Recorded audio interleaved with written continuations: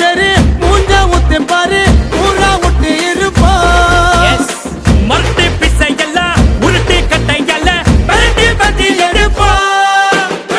சொக்கா பட்டுன்னு சொல்லி பக்க பண்ண சொக்கால குடிப்போம் பீடா போட்ட மாதிரி பாய கொய்ய பிட்டு தாட்டா காட்டி வருவோம் சம்பவம் செய்யும் வேலைய எல்லாம் 5-6 வாரம் ஒத்திப்பாடு